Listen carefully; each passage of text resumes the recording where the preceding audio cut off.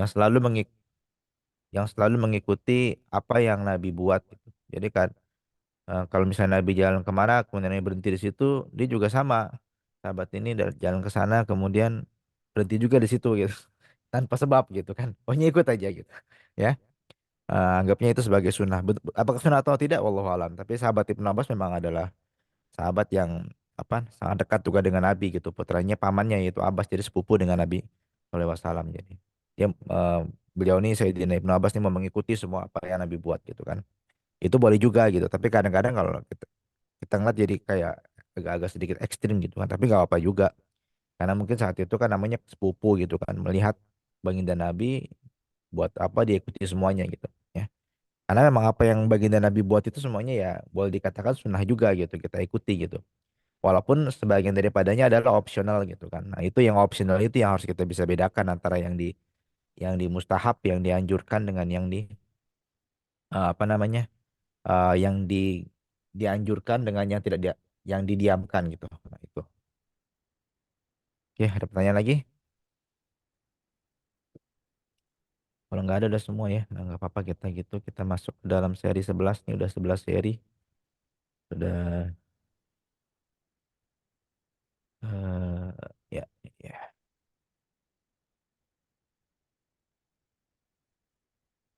Loading nggak deh? Ya, sudah kelihatan, Pak. Loading. Jadi sekarang masuk kepada hal-hal yang sifatnya masih seputar sirah sedikit demi sedikit, belum masuk kepada apa ya, masih pembahasan betul-betul sirah tok gitu ya, artinya sejarah. Jadi kita mulai dari 11, kita berbincang mengenai banyak hal-hal yang sifatnya seperti peperangan dan juga senjata dan barang-barang Nabi Muhammad SAW. Ya. Nah jadi selama kurun waktu di Madinah ini banyak sekali peperangan yang berlaku. Ya, dalam 10 tahun itu banyak peperangan.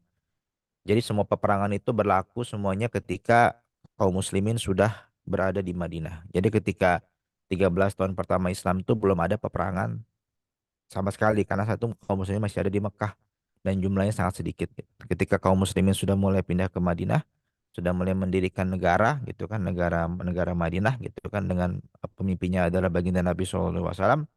Ada makanya kita tengok kemarin bahwa di situ juga ada mulai dibangun sistem gitu, sistem pemerintahan yang mana ada yang pelayan-pelayan, ada yang pegawai-pegawai Nabi, ada utusan-utusan, ada pengawal, sehingga di situ sudah mulai dibangun suatu sistem di mana sistem sosial dan sistem pemerintahan gitu di Madinah itu. Ya walaupun kecil-kecilan, jadi pendidikan sudah ada diurus gitu kan, perdagangan diatur gitu kan, keamanan kota dan segala sesuatunya juga dalam kendali baginda Nabi SAW. Termasuk juga dalam dalam hal kemiliteran ya. Jadi saat itu orang-orang Muslim mulai membangun juga eh, pasukan dan militer yang kuat juga ya karena juga ditopang oleh kaum Ansor gitu yang jumlahnya lebih banyak sehingga mampu membangun suatu apa ya, pesaing lah bagi orang-orang kafir Quraisy gitu saat itu. Ya. Jadi dalam waktu 10 tahun itu ada yang mengatakan terjadi 27 peperangan ya. Berarti cukup banyak ya. Berarti setiap tahun tuh bisa jadi ada 2 sampai 3 peperangan gitu kan ya. Lumayan gitu, cukup banyak juga ternyata. Dan yang lainnya ada yang mengatakan 25 kali gitu. Ya ini wallahu alam karena mungkin ada peperangan kecil-kecil skirmish tuh dihitung juga ya. Jadi peperangan yang dimana baginda Nabi SAW ikut secara langsung perang itu perang Badar, perang Uhud, perang Khandaq, perang dengan melawan Bani Quraizzah, dengan Bani Mustalik, Khaybar, kemudian pada penaklukan Futuh Mekah ya, perang Hunain dan perang Tabuk. Ya, ada juga yang mengatakan bahwa baginda Nabi ikut dalam peperangan melawan Bani Nadir di pada perang Al-Ghabah dan juga peperangan di Wadil Qura lebah di antara Khaybar. Ya, wallahu a'lam bishawab. Ya. Jadi memang jadi dari semua peperangan yang diikuti oleh baginda yang ada terjadi dalam masa kenabian ini tidak semua perangan yang Nabi Muhammad ikut ya. Seperti yang kemarin sempat kita singgung sedikit adalah pada perang Mu'tah. Pada perang Mu'tah itu baginda Nabi tidak ikut ya. Jadi hanya para sahabat yang sebagian-sebagian sahabat-sahabat besar yang diutus untuk memerangi Romawi di Mu'tah gitu. Adapun baginda Nabi saat itu tidak tidak ikut ya. berada di Madinah. Dan banyak juga beberapa peperangan yang baginda Nabi tidak berpartisipasi. Jadi diserahkan kepada orang lain. Ya, kita nggak akan detail. Saya cuma akan stick karena kalau kita bicara perang mati, oh bisa panjang dan ya jadi ceritanya semua semua Sirah Madinah itu nanti masalahnya perang semua gitu kan bagian periode Madinah. Jadi mencoba untuk membatasi di situ. Ya kita kita masuk ke yang perang-perang yang famous saja. Ya perang-perang famous nih perang-perang yang apa namanya ada juga disebutkan dalam Al-Quran asbabun nuzulnya gitu kan atau disinggung dalam Al-Quran kisahnya gitu sehingga kita bisa mengambil pelajaran. Karena apa? Karena kalau sesuatu itu disinggung dalam Al-Quran itu berarti ada pelajaran yang bisa kita petik dari dalamnya gitu kan ya. Eh, dan itu penting ya karena nggak ada sesuatu itu yang ditulis oleh yang diwahyukan oleh Allah Subhanahu Wa Taala ya tertulis di Al-Quran dan boleh dibaca sampai sekarang yang tidak memiliki ibroh, tidak memiliki apa eh, katakan untuk memotivasi atau kita mengambil pelajaran daripadanya ya. Semua itu yang dalam Al-Quran itu bisa dijadikan pelajaran walaupun ayat-ayat tersebut sudah dinasah atau dibatalkan secara hukum tetapi hakikatnya bisa diambil pelajaran dari situ juga. Oke. Nah, jadi kemudian ada juga ekspedisi militer ya ekspedisi militernya berjumlah mendekati 60 kali lah ya disebutkan dalam kitab Zadul Ma'ad. Tuh. Dan dalam beberapa perang ini juga Rasulullah SAW pernah menderita luka-luka ya contohnya dalam perang Uhud ya di mana baginda Nabi SAW terluka cukup parah di sini sampai gigi beliau tanggal ya dan banyak sahabat yang syahid di perang ini dan juga terluka parah ya seperti yang saya pernah ceritakan bahwa Talha itu Sayyidina Talha itu terluka sampai semua jari ya ruas jarinya tuh hilang gitu karena menjadi pelindung bagi baginda Nabi SAW. Dan begitu juga dengan sahabat-sahabat lain. Ya mereka berlomba-lomba untuk melindungi baginda Nabi SAW saat itu. Juga disebutkan bahwa dalam perang-perang itu juga ada para malaikat yang ikut berperang juga ya. Nah, ternyata para malaikat juga ikut berperang dikatakan dalam tiga peperangan yaitu dalam perang Bandar, perang Khandak dan juga perang perang Hunain. Ya di perang Badar ini ya dikatakan memang malaikat turun berperang gitu kan. Ada yang mengatakan bahwa malaikat turun ini cuma sekedar untuk memberikan apa namanya ke penguatan dalam hati kaum muslimin. Ada juga yang mengatakan bahwa dalam berbagai riwayat memang malaikat itu turun gitu, tidak terlihat gitu. Jadi juga kesaksian para sahabat bagaimana katakan seorang sahabat mengatakan bahwa ketika mereka mengayunkan pedangnya gitu ya itu belum belum pedang itu sampai ke dalam ke ke arah leher belum memotong itu sudah kepala musuhnya sudah jatuh duluan jadi sampai seperti itu jadi kan bingung dia para sahabat loh kok sudah jatuh duluan kepala musuhnya padahal belum belum sampai pedangnya gitu berarti itu adalah bantuan dari malaikat jadi banyak di riwayat-riwayat yang menceritakan seperti itu bahwa para sahabat bersaksi bahwa ketika mereka berperang itu ya seperti itu belum ditusuk sudah mati duluan musuhnya gitu kan berarti itu ada para malaikat yang ikut berperang dalam perang Badar. Ya. Adapun dalam perang Khandak ini malaikat ini turun bukan dalam bentuk ini ya, karena perang Khandak ini sifatnya adalah perang Khandak ini dia parit ya. Jadi eh, para kaum muslim itu membentuk parit yang dalam di perbatasan kota Madinah itu supaya kaum musyrikin dan para sekutunya tidak masuk gitu. Jadi para malaikat itu datang dalam bentuk angin ya saat itu sudah suntuk lah mereka mencoba untuk masuk nggak jadi-jadi kemudian terjadi angin topan yang besar dan akhirnya memporak-porandakan kemahnya para ahzab ya kumpulan-kumpulan orang yang mau menghancurkan kaum muslimin jadi dikoyak-koyak lah mereka dengan kemah-kemahnya dihembus dengan angin yang kuat sehingga berterbangan lah mereka ini lari tunggang langgang ke kota masing-masing ya ke kampung masing-masing dan ini memang ya kita tahu lah angin itu nggak main-main ya kalau yang sudah pernah yang di Denmark tahu lah angin itu kalau kencangnya minta ampun itu ya rumah bisa roboh, pohon bisa jatuh gitu kan. Sehingga saat itu nggak bisa lagi untuk ngapa-ngapain. Jadi betul-betul ada angin saat itu angin angin kuat yang menghancurkan kemah-kemahnya orang-orang kafir gitu. Dan kemudian juga di perang Hunain ya, perang Hunain ini terjadi setelah Futuh Mekah tahun 8 Hijriah kalau tidak salah. Ya, jadi di perang Hunain ini juga seperti itu juga apa namanya? ada apa eh, para para malaikat membantu kaum muslimin ya. Nah, jadi perang perang Hunain ini adalah saat itu ketika sudah Futuh Mekah berarti melawan sisa-sisa dari kabilah-kabilah sekutu Quraisy yang lama ya, seperti Bani Ghatafan kalau tidak salah, ada lagi bani yang lain dua lagi.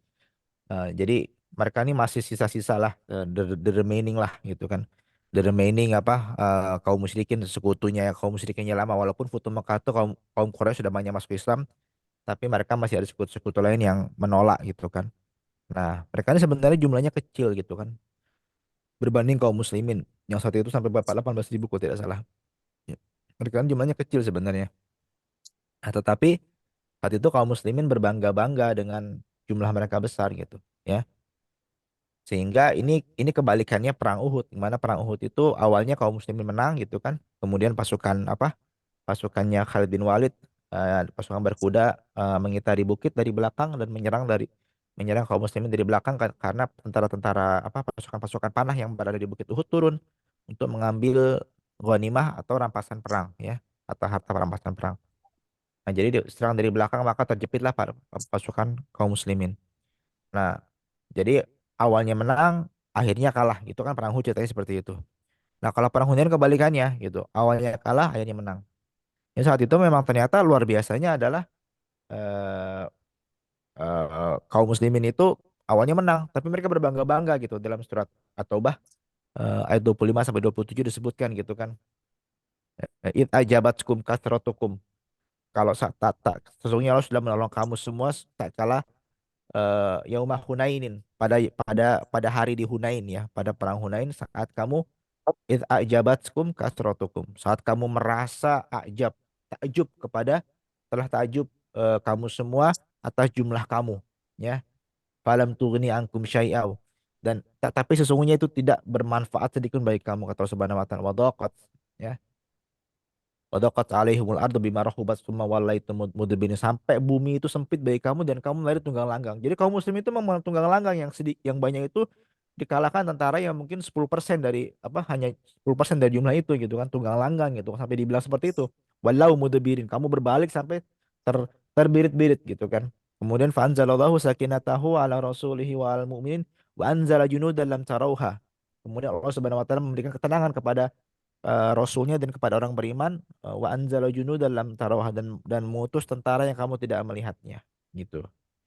Nah, jadi turunlah tentara bantuan juga saat itu untuk membantu kaum muslimin di perang Hunain.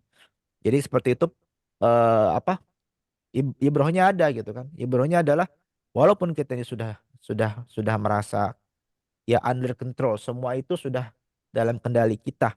Jumlah kita banyak, persiapan kita cukup, tapi kita tidak boleh merasa hebat, tidak boleh merasa takabur, tidak boleh meremehkan musuh, tidak boleh meremehkan tantangan, ya. Karena ketika seseorang itu mulai ada rasa tajuk, ujub kepada dirinya, merasa hebat berbanding dengan yang lain, dia akan cenderung meremehkan orang lain, ya. Kalau sudah meremehkan, nanti dia akan lalai, dia akan luput dari hal-hal yang sepatutnya dia punya waspadaan. Penting, karena kalau sudah meremehkan itu, kita jadi sama lawan ini tidak awas gitu, sama masalah tidak tanggap karena kita rasa bahwa ini mudah dan kecil. Padahal enggak. Jadi sebagai kaum muslimin itu, sebagai orang beriman itu, kita harus memiliki perasaan bahwa setiap masalah itu walaupun kecil atau besar, kita kita kita hadapi dengan pendekatan yang sama ya. Setiap tantangan itu, setiap musuh, setiap lawan itu kita kita hargai dia ya. Jadi ibaratnya kalau kalau dalam olahraga itu sportif lah. Walaupun dia ini musuh, walaupun dilawan, walaupun dia ini mudah, tapi kita hargai, kita kita respect gitu. Dengan bagaimana? Dengan kita main sebaik-baiknya. Kita lawan sebaik-baiknya, jangan meremehkan, jangan merendahkan, ya. Karena orang itu nggak apa-apa kalah, tapi kalah terhormat dibanding dengan harus tapi menang tapi ngerasai ya, kalau bahasa Jawa gitu ya. Gak usah dirasa-rasai lah gitu. Kita fair aja gitu. Jadi sama dengan kaum muslimin seperti itu juga. Kalau kita udah ada ujub rasa lebih baik daripada orang lain, maka itu adalah pintu masuk pada kesombongan. Sedangkan kesombongan itu adalah hanya milik Allah Subhanahu wa taala ya. Jadi kesombongan itu hanya milik Allah Subhanahu wa taala ya. Kesombongan itu bukan memakai pakaian yang bagus, bukan memakai mobil yang mahal, ya bukan memakai sepatu yang bermerek, bukan. Kesombongan itu adalah menolak kebenaran dan meremehkan manusia. Itu kata baginda Nabi SAW, ya. Menolak menolak kebenaran dan meremehkan manusia. Biasanya begitu, kenapa? Ya seperti kisah dalam Al-Quran, ketika seperti Firaun. Kenapa? Karena memiliki kekuatan gitu. Ketika disuruh oleh Musa gitu, siapa Tuhanmu? Ya qala fama rabbul alamin. Siapa Tuhan semesta alam? Jadi Firaun tuh nanya gitu ke Musa itu untuk pertanyaan retoris sebetulnya. Karena Firaun sudah memproklamirkan dirinya adalah Tuhan yang paling tinggi gitu kan. Ditanya, eh, siapa Tuhan semesta alam? Kata Musa, Rabbul Masyriqi wal Maghribi wa ma bainahuma. Orang Tuhannya apa? Tuhan yang dari timur, Tuhannya bagian timur, Tuhannya bagian barat, dan juga di antara keduanya. Kemudian meremehkan Firaun gitu. Eh Qala liman haulahu ala tastamiun. Dia berkata kepada orang sekitarnya gitu. Kamu semua dengar gak sih Musa ngomong apa nih? Nah, kan kayak ngeremehkan gitu ya. Ya. Jadi jadi memang kenapa Firaun seperti itu? Karena Firaun merasa dia punya tentara. Dia bisa Dia bisa membunuh siapapun yang dia inginkan. Dia adalah katakan raja yang paling kuat saat itu. Tapi karena ada perasaan sombong, ya itulah. Jadi kadang-kadang orang ini dihukum sama Allah Subhanahu Wa Taala mungkin dosanya nggak banyak, tapi sombongnya itu yang bisa bikin orang itu masuk neraka nggak kuat keluar. Kenapa? Karena dosa dosa yang paling besar itu dosa sombong yang Allah Subhanahu Wa Taala tidak akan bisa susah mengampuninya gitu ya. Kenapa? Contohnya adalah seperti dosanya setan. Setan itu cuma satu dosanya. Dosanya sombong aja. Ketika disuruh eh, iblis ya, ketika disuruh untuk sujud kepada Nabi Adam, dibilangnya tidak mau gitu. Qala ana khairum minhu khalaqtani min nari wa khalaqtahu min tin. Aku ini lebih baik daripada dia. Engkau menciptakan dia dari tanah liat, kau menciptakan aku dari api gitu. Ya. Jadi gara-gara satu perintah saja, bukan perintah itu yang dilanggar yang salah itu. Sebabnya itu, makanya Allah bertanya dulu, kenapa kamu ala tasjuda lima amar tuh? Kenapa kamu tidak mau bersujud padahal sudah diperintahkan oleh aku kepada kamu? Makanya Allah bertanya dulu kepada iblis tuh. Jadi nggak langsung dihukum, bertanya dulu apa alasannya? Apakah sakit kakinya sakit gitu kan atau malas atau apa? Kalau jawabannya malas mungkin tidak sampai dikeluarkan dari surga. Tapi jawabannya itu adalah jawaban kesombongan. Makanya kata-kata baginda Nabi SAW tidak akan masuk surga orang yang dalam hatinya mithqala dzarratin kibir ya. Dalam hatinya ada mithqala dzarratin, ada yang sebesar zarah dari al-kibir, kesombongan, masuk surga. Tidak boleh. Kenapa? Karena kesombongan itu hanya milik Allah Subhanahu wa taala. Itu adalah pakaian Allah Subhanahu wa taala karena Allah yang menciptakan langit dan bumi dan Allah Subhanahu wa taala yang berhak sombong. Makanya ketika kaum muslim merasakan ada ujub, merasa lebih lebih hebat daripada yang lain, Allah Subhanahu wa taala menegur langsung, diberikan kekalahan. Padahal di situ ada baginda Nabi SAW. Bayangkan ya. Pelajarannya adalah apa? Dalam kondisi apapun juga sebagai manusia jangan sampai kita pernah merasa lebih baik daripada orang lain, merasa lebih tinggi daripada orang lain. Karena kalau kita sudah ada perasaan seperti itu, maka tertutuplah akal kita, penglihatan kita, pendengaran kita dari menerima kebenaran. Yang kita yang kita dengarkan hanyalah orang ini nggak layak berbicara karena dia secara ilmu pengetahuan lebih rendah daripada kita. Kita tidak bisa fair dalam dalam menilai seseorang. Ya, ini penting sekali. Nah, ini makanya pelajaran dari perang perang Hunain. Nah, nanti kalau mau baca di surat At-Taubah ayat 25 sampai 27. Ya. Kemudian ada juga perang yang menggunakan manjanik adalah perang Taif, ya. Pengepungan Taif. Tahu nggak nih manjanik apa? Nggak tahu. Manjanik itu kalau misalnya ini apa? Kalau misalnya kita lagi pengepungan itu kan suka ada yang pakai apa? Kayak ketapel besar itu, ada batu gitu ya. Tuh yang dilempar gitu. Nah, itu manjanik, ya. Oke. Tahu kan ya yang kalau kalau lagi pengepungan benteng tuh biasanya apa?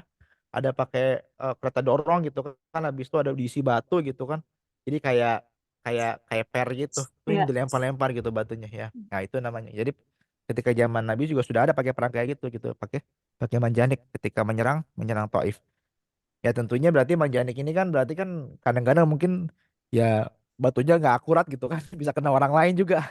Ini sebenarnya menjadi dalil juga kebolehan ketika kita menggunakan senjata seperti apa, bazooka ataukah mortir gitu kan, artileri jarak jauh yang mana mungkin akurasinya kadang-kadang bisa nyasar nggak sengaja membunuh orang, tapi kan tujuannya bukan membunuh orang biasa mungkin, tapi tujuannya kan mau menyerang militer, tetapi kadang-kadang ya kalau kita kan nggak ngeliat ya karena kan jarak jauh dia, seperti perang Taif juga seperti itu gitu, makanya jadi menjadi dalil bagi para apa para mujahidin modern gitu untuk menggunakan kebolehan menggunakan mortir atau artileri jarak jauh ya dalam peperangan, walaupun mungkin nanti bisa tidak sengaja menyasar penduduk sipil yang tanpa sengaja ya. Kemudian adalah dalam kaitannya dengan peperangan ini juga banyak turun-turun ayat Al-Qur'an ya, contohnya adalah surat Al-Anfal yang sebagian besar itu bercerita tentang perang Badar ya, boleh dibaca, itu menarik ya ceritanya. Al-Anfal gitu. Kemudian surat Ali Imran turun berkaitan perang Uhud juga ayat 121. Dan nanti bisa dibuka di mana? Di rumah gitu kalau misalnya tertarik ya. Al-Anfal ini cukup bagus ya karena bercerita tentang jumlah kaum muslimin yang sedikit gitu kan. Kemudian Allah Subhanahu wa taala membuat dalam mimpi-mimpi kaum musyrikin tuh kaum muslimin banyak ya. Jadi dalam penglihatan mereka tuh kaum muslimin banyak malah sedikit. Kemudian dalam penglihatan kaum muslimin tuh kaum musyrikin sedikit gitu. Padahal lebih banyak gitu ya. Jadi ada seperti itu juga dalam perang-perang. Jadi perang Badar itu memang banyak mukjizat dari Allah Subhanahu wa taala saat itu ya. Jadi jangan dibarang jadi sedikit perang Badar ya. Jadi jangan dibayangkan perang Badar itu adalah peperangan yang betul-betul perang gitu. Tujuan aslinya ketika perang Badar itu adalah saat itu kafilah dagangnya dari kaum kaum musyrikin itu pulang dari Syam ya. Jadi kan kebiasaan orang-orang kafir Quraisy itu, kafir orang-orang Mekah tuh kalau dia berdagang itu dia menitipkan barang dagangannya sama seseorang dari mereka yang dipercaya untuk menjualnya dan di negeri Syam. Jadi saat itu yang dititipi barang dagangan adalah Abu Sufyan ya. Jadi semua semua barang dagangan yang dari penduduk Mekah itu dibawa oleh untanya Abu Sufyan dan rombongannya untuk dijual di Syam gitu kan. Nah setelah habis dijual pulang gitu kan semuanya balik ke Mekah. Nah ketika di Mekah itu kaum muslimin mendengar ada kabar bahwa kafilah dagangnya siapa Abu Sufyan mau lewat. Jadi dikumpulkanlah tentara-tentara itu untuk show force lah gitu, untuk nakut-nakutin gitu, untuk menyergap gitu. Jadi memang mereka ini sebetulnya tidak tidak ada rencana untuk perang aslinya gitu kan, cuma nakut-nakutin aja gitu. Singkat cerita ya Abu Sufyan kan saat itu ketika melihat ada tentara-tentara dari kaum muslimin dari Madinah agak takut kan, akhirnya diutuslah utusan untuk meminta bala bantuan ke ke Mekah gitu karena mau ditakutnya nanti akan ditangkap apa kafilah dagang dan maksudnya semua hasil dagang itu akan dirampas oleh kaum muslimin saat itu gitu kan. Jadi diutuslah seorang utusan gitu ya. Ya. Nah, utusan ini memang inilah pentingnya berita tuh ya. Berita ini memang kalau kalau kita berita ini kita sampaikan dengan cara yang cara yang katakanlah sangat provokatif, ini sangat luar biasa impactnya. Saat itu tuh mereka utusan ini cuma seorang, dia nggak teriak-teriak gitu. Saat itu apa yang dia buat? Dia buat bajunya dirobek-robek sama dia gitu kan, dikotor-kotorin wajah dia. Jadi seolah-olah dia sudah diserang sama dalam peperangan itu. Jadi datang dia berteriak ke dalam kota Mekah, "Wahai kaum Quraisy," katanya, dagangan kamu," gitu. Jadi ketika kan orang dia nggak cerita banyak, nggak cerita ada kaum muslimin nyerang di sini di sebelah sini, enggak, dia cuma bilang dagangan kamu gitu. Akhirnya apa? Langsung orang-orang Quraisy itu ngeliat begitu kan langsung langsung sudah kelihatan nih orang compang-camping bajunya, kemudian nunjuk-nunjuk dagangan, berarti dagangannya terancam gitu kan. Langsung semua orang-orang Quraisy ambil pedang semuanya, ambil ini, terkumpul lah lebih dari ya apa berapa inilah banyak lah tentara-tentara kaum itu sampai 3.000 gitu kan. Nah jadi akhirnya mereka jalan lah gitu kan kemana ke ke ke sana gitu ya. Kemana ke Badar gitu. Nah, tetapi saat itu memang rombongannya Abu Sufyan itu ternyata berhasil melarikan diri sudah gitu kan. Sudah aman gitu. Tetapi karena sudah jalan tergantung Abu Jahal, sudah nggak apa-apa terusin aja kita gitu. Kita sudah ini mungkin saatnya kita menghancurkan gitu kan kaum muslimin gitu. Akhirnya jalan, nah jadilah perang Badar. Jadi saat itu tentara-tentara yang di perang Badar itu sebenarnya tidak tidak tidak dipersiapkan untuk berperang saat itu sebetulnya. Ya, makanya banyak sekali bantuan dari Allah Subhanahu wa taala baik dalam mimpi gitu kan, baik ketika posisinya saat itu sangat strategis gitu kan sehingga apa namanya yang menguntungkan tentara-tentara muslimin gitu kan. Ya. Nah, kemudian juga pada perang Uhud juga dihibur gitu kan. Pada perang Uhud juga dihibur gitu kan. In takunu ta'lamuna fa innahum ya'lamuna kama ta'lamun. Ya, sesungguhnya kamu tuh mereka itu sakit, kamu juga sakit dan mereka juga menderita sakit yang sama dengan kamu. Wa tarjuna minallahi ma la yarjun. Tetapi mereka tapi kamu itu mengharapkan apa ganjaran dari Allah Subhanahu wa taala sedangkan mereka tidak dapat ganjaran dari Allah Subhanahu wa taala. Jadi di apa dihibur kaum muslimin ya. Kalau kamu sakit mereka juga sakit sebetulnya. Tapi bedanya sakit kamu itu ada pahala dari Allah, sakit mereka tidak ada pahala dari Allah Subhanahu wa taala. Nah, gitu. Jadi banyak turun ayat-ayat yang menguatkan kita kalau lagi berjuang, kita kalau lagi kesulitan dalam hidup itu gitu kan. Refleksinya sebagaimana kesulitan para sahabat dan baginda Nabi ketika dalam perang-perang yang mereka lalui.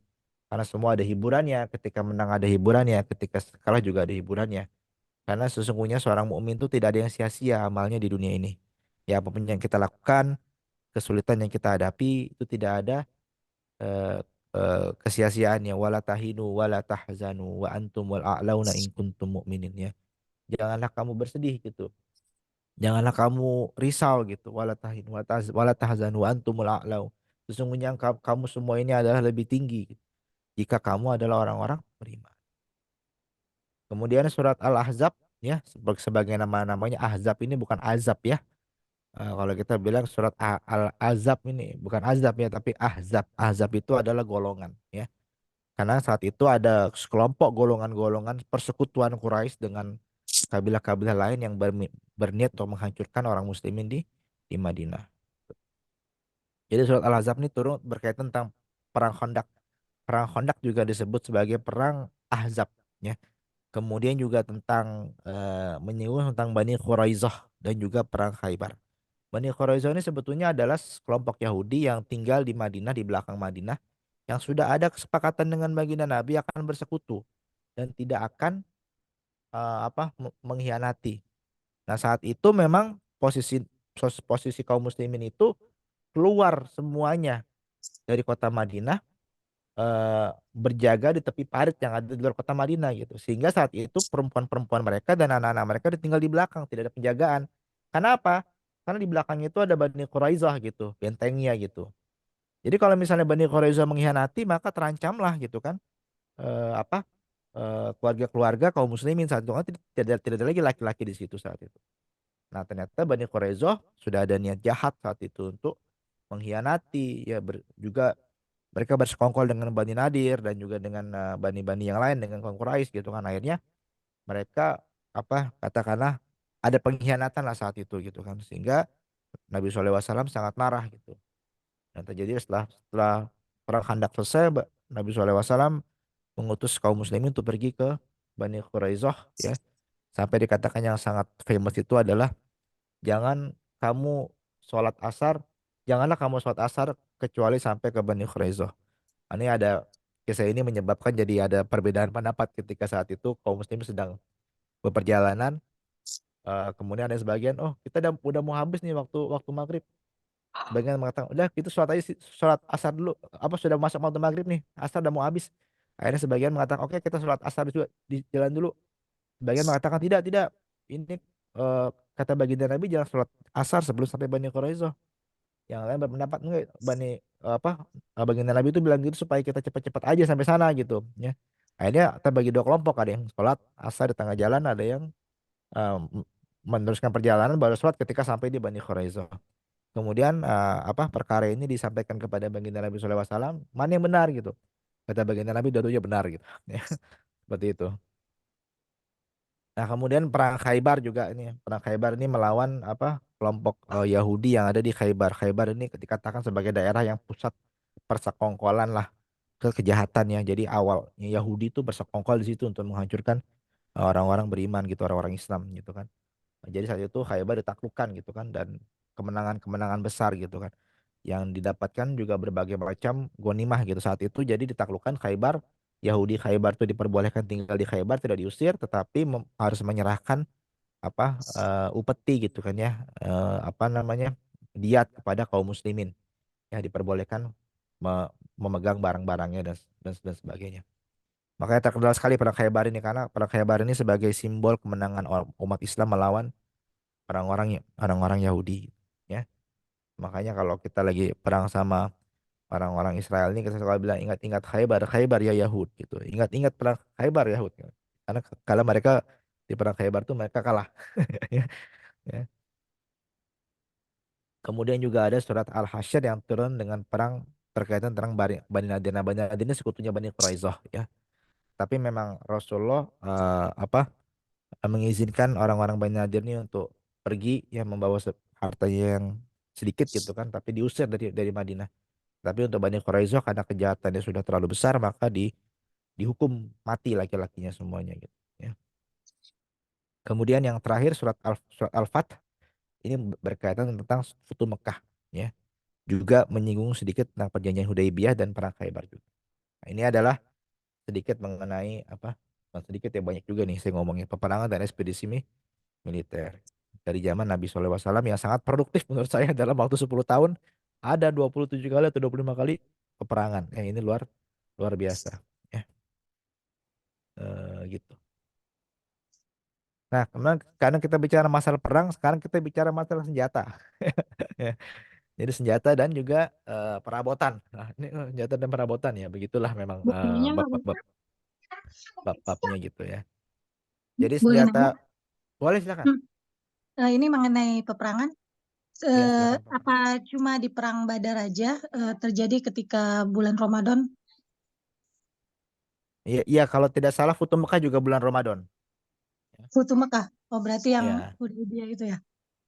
Ya, iya Futu Mekah. Jadi ketika menaklukkan Mekah itu lagi saum kalau tidak salah. Ya, Oke.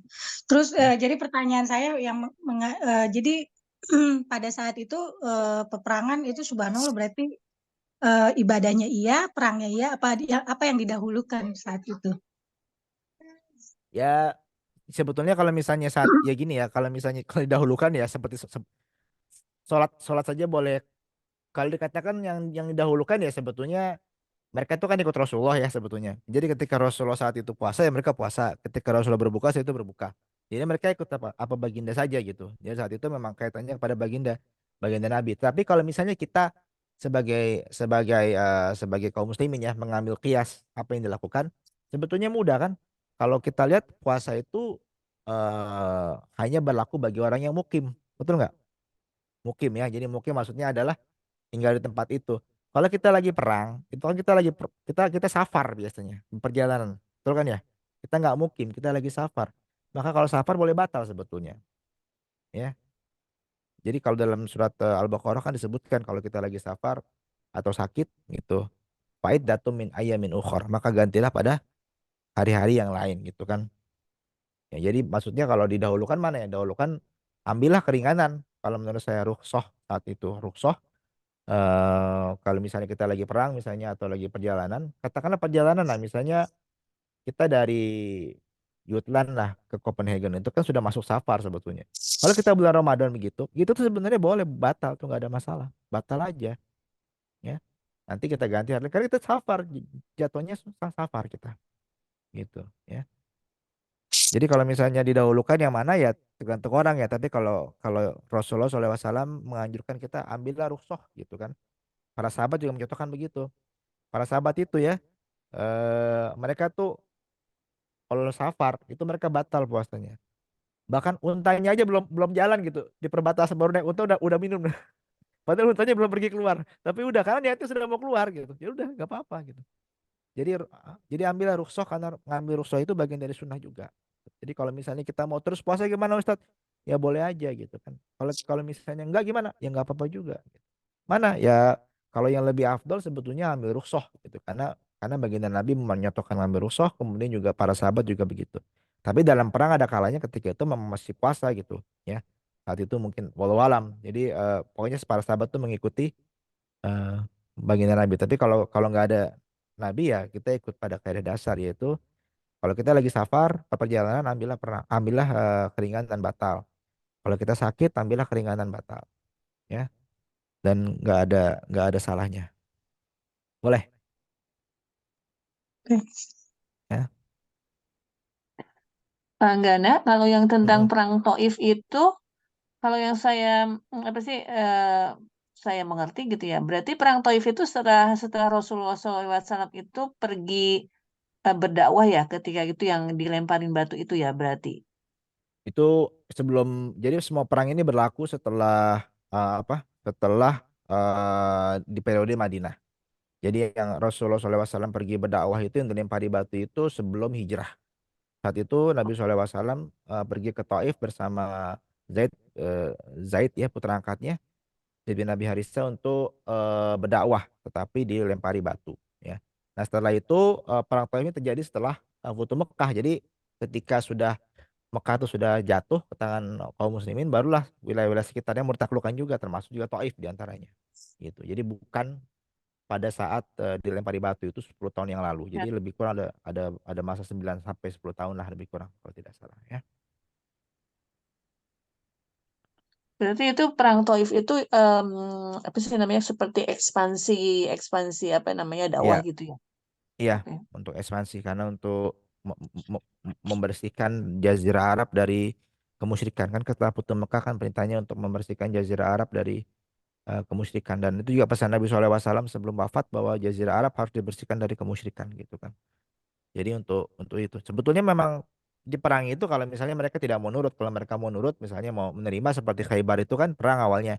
Kemudian kalah gitu kan Yahudi. Ya udah nggak apa-apa tinggal di situ boleh. Kamu boleh bercocok tanam di situ boleh juga bercocok tanam di situ di Khaybar gak ada masalah. Tapi bayar apa? Bayar diat gitu kan. Bayar jizyah gitu. Bayar jizyah kepada kaum muslimin. Nah jizyah itu jangan dianggap sebagai pajak ya. Jadi jizyah itu adalah ya mungkin pajak tapi sebetulnya pajaknya orang-orang yang pajak perlindungan. Jadi memang betul-betul dilindungi oleh kaum muslimin ketika dibayarkan jizyah itu maka harta mereka, darah mereka, properti mereka itu dilindungi oleh kaum muslimin sebetulnya saat itu ya. Ini kan terjadi juga ketika masanya para sahabat yang mereka ekspansi sampai ke negeri Syam. Negeri Syam nih ke negeri Syam nih Yordania, Palestina, Syria, Lebanon sana gitu. Saat itu kan negeri Syam itu kan dikuasai oleh tentara-tentara orang-orang Romawi ya. Ketika mereka sudah kalah mereka mundur. Dan saat itu orang-orang Islam menguasai suatu wilayah misalnya. Ya kalau mereka masuk Islam penduduknya nggak apa-apa, nggak perlu bayar jizyah. Tapi kalau mereka nggak mau masuk Islam mereka suruh bayar jizyah. Nah, dan jizyah yang dibayarkan sama penduduk-penduduk orang Syam saat itu ya negeri Syam itu Lebanon, Syria itu saat itu lebih kecil daripada uang yang diminta upeti yang diminta oleh yang diminta oleh eh, tentara-tentara Romawi kepada mereka. Padahal mereka agamanya sama, ya. Ya kan saat itu mereka mayoritas Kristen juga yang ada di situ. Nah, jadi ketika kaum muslimin yang ada di Syam itu saat itu diperintahkan oleh khalifah untuk pergi ke Nahawan, ya pergi ke Persia untuk membantu kaum muslimin yang ada di sana untuk melawan Persia. Maka kan berarti kan gimana nih kita harus pergi gitu kan. Kita tidak bisa lagi memberikan penjagaan. Apa yang mereka lakukan? Mereka kembalikan semua uang jizyah itu kepada yang udah bayar gitu. Kenapa? Kami kembalikan semua uangnya karena kami tidak bisa lagi melaksanakan tugas kami melindungi kalian, jadi kami kembalikan semua uangnya. Sampai sampai mereka kagum sekali ya orang-orang yang penduduk-penduduk lokal itu. Mereka ini beda agama, tapi memperlakukan kita lebih baik daripada orang yang penguasa sebelumnya yang agamanya sama gitu. Sampai seperti itu. Ya. Jadi memang betul-betul dilindungi kalau misalnya bukannya kita ngambil manfaat gitu sudah dibayar lah. Tidak ada apa no refund gitu kan nggak gitu. Ternyata karena nggak bisa dilindungi dibalikan semua uangnya. Jadi ekspansi itu juga makanya ketika kita bicara jizyah ya dalam perang itu sebenarnya nggak buruk-buruk amat karena cuma sedikit itu uangnya dibanding pajak yang kita mungkin dibanding pajak yang dibayar di Denmark ini mungkin jizyah lebih sedikit lah gitu. Tapi perlindungannya lebih banyak gitu. Ah gitulah mungkin singkatnya gitu. Oke. Hmm. Terus itu Pak, di peperangan mana terjadinya peristiwa fitnah terhadap Aisyah radhiyallahu anha? Itu bukan perang itu kan lagi perjalanan Spesifik. balik kalau tidak salah ya mungkin lagi ada ekspedisi Saya balik lah waktu saya itu juga nggak bacanya kalau peperangan dari mana perang. gimana sih? Ya. Ini cuma Ya, dijelaskan aja dalam rombongan peperangan karena kan rombongan apa mungkin rombongan ekspedisi. Kalau ngomong. ya jadi ya jadi PR dan Mbak Vera nanti jadi Kan. sendiri gitu. Ini kadang-kadang ibu-ibu ini pertanyaannya yang luar biasa gitu kan. Kadang-kadang kita nggak pernah nyangka gitu kan. Ya pokoknya fitnahnya ada gitu. Itu aja. Ya tapi nanti carilah kita diskusi minggu depan ya. Ada lagi?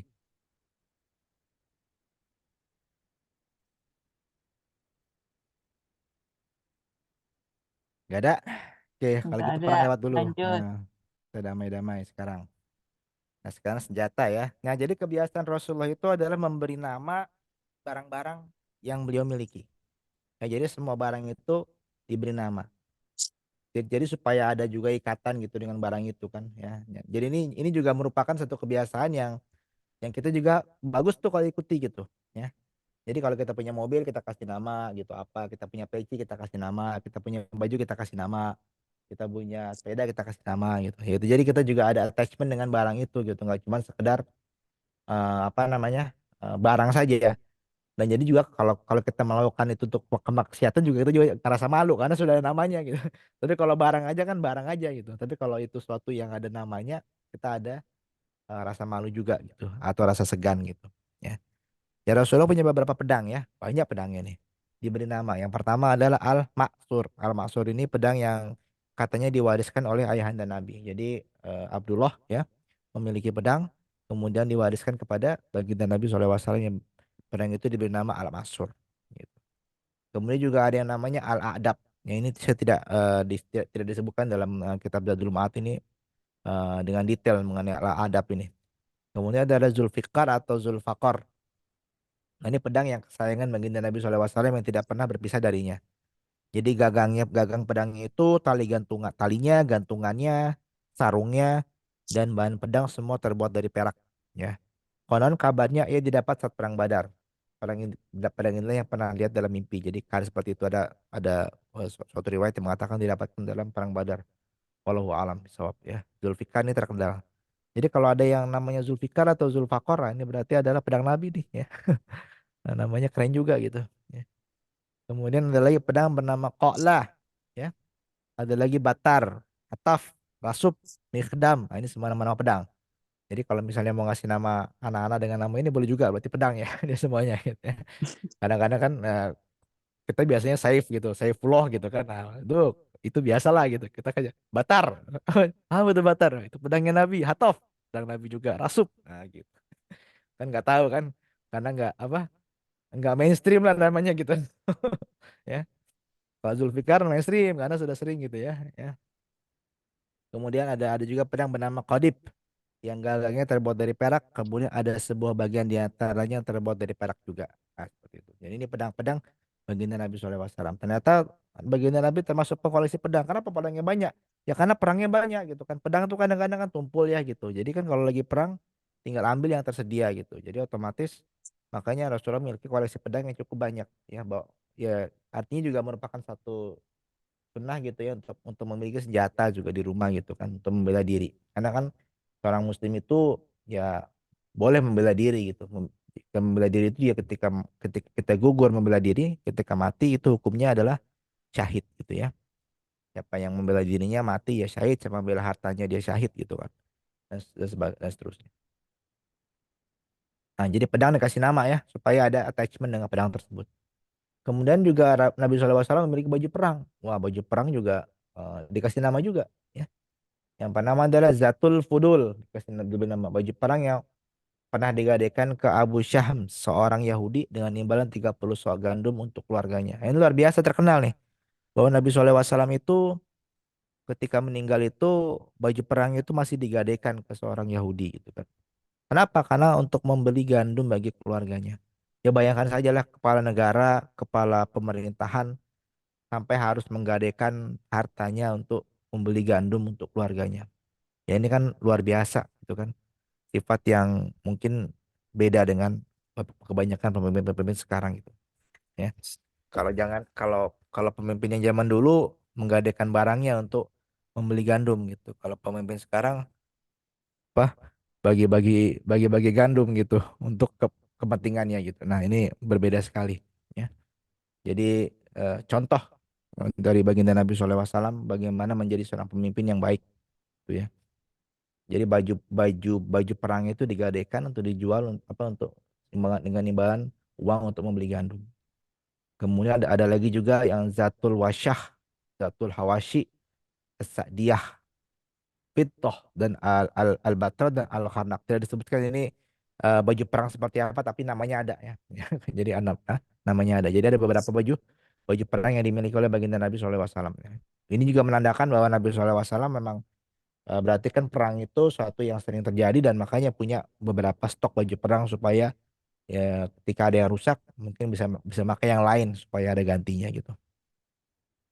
Kemudian juga baginda Nabi SAW memiliki juga baju sutra yang dipakai untuk perang ya.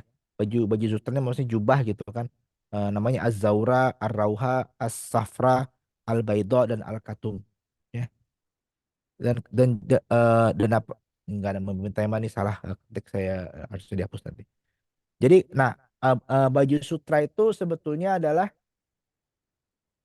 kan sebetulnya orang kita tidak boleh memakai baju sutra ya. Orang muslimin ya. Paling belum Ya. tahu saya kasih tahu sekarang lah. Tetapi kenapa baginda Nabi SAW memiliki baju sutra? Katanya nggak boleh dipakai gitu. Pasti yang mau nanya gitu kan. Ya kenapa nih ada punya gitu. Nah, jawabannya ada inilah perbedaan pendapat satunya dikatakan pandangan mazhab Imam Hambali baju sutra ini diperbolehkan apabila dipakai untuk jubah perang ya. Jadi dipakai untuk peperangan. Jadi dalam bagian dari jubah pakaian perang itu diperbolehkan memakai baju sutra karena baginda Nabi SAW seperti itu juga. Gitu. Jadi untuk menunjukkan kalau perang itu kan boleh melakukan apa sih ada deception lah ya.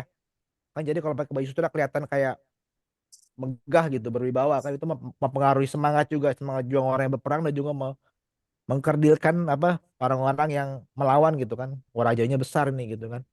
Coba kalau baju coba camping kan, musuhnya nggak takut kan? Kalau bajunya baju sutra, wah nih, kayaknya nih dia ada satu apa perasaan yang luar biasa gitu melihat ini kan. Jadi mungkin menggentarkan gitu. Nah seperti itulah. Makanya ada beberapa di mazhab Imam Hambali memperbolehkan seperti itu bahwa kalau kita lagi perang boleh pakai baju sutra. Yang lain mungkin mengatakan bahwa ini kekhususan yang hanya dimiliki oleh baginda Nabi SAW saja. Artinya tidak berlaku bagi orang lain. Wallahu a'lam. Kemudian juga Nabi SAW memiliki perisai ya untuk apa shield gitu ya, tameng gitu namanya al-futak atau az-zaluk sebutkan. Dan juga Nabi SAW memiliki tombak-tombak ya. Ada tombak yang diberi nama Al-Mutswi dan Al-Mutsni, Al-Mutswi dan Al-Mutsni. Kemudian ada yang kecil namanya An-Nabah, yang besar namanya Al-Baidha dan juga ada namanya An-Nazah. Ya, ini tombak-tombak yang dimiliki oleh baginda Nabi SAW. Gitu. Senjata, terusan dan perabotan. Kalau kita Bang sudah Gana, tadi ya silakan.